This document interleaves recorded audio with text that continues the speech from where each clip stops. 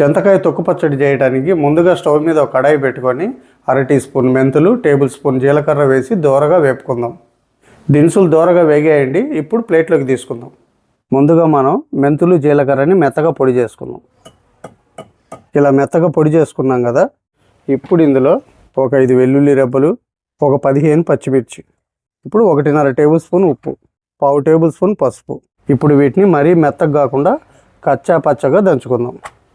మిరపకాయలని ఇలా దంచుకున్నాం కదా. ఇప్పుడు ప్లేట్లోకి తీసుకుందాం. ఇప్పుడు కడుక్కున్న చింతకాయలని కూడా దంచుకుందాం. మనం ముందుగానే దంచి పెట్టుకున్న ఈ పచ్చిమిర్చి తొక్కును కూడా వేసి మరోసారి దంచుకుందాం. ఇలా కచ్చా పచ్చాగా దంచుకున్నాం కదా. ఇప్పుడు ఒక బౌల్లోకి తీసుకుందాం. చింతకాయ తొక్క అయితే రెడీ అయిపోయిందండి. ఇప్పుడు స్టవ్ మీద ఒక కడాయి పెట్టుకొని 3 టేబుల్ స్పూన్లు ఆయిల్ వేసుకుందాం. ఆయిల్ వేడైందండి. 1/2 టీ స్పూన్ ఆవాలు, 1/4 టీ స్పూన్ జీలకర్ర, ఒక 5 ఎండుమిర్చి, 2 రెబ్బలు కరివేపాకు. పోపు వేగిందండి. చింతకాయ పచ్చడి అయితే రెడీ అయిందండి. ఈ వీడియో కనుక మీకు నచ్చినట్లయితే ఒక లైక్ చేయండి.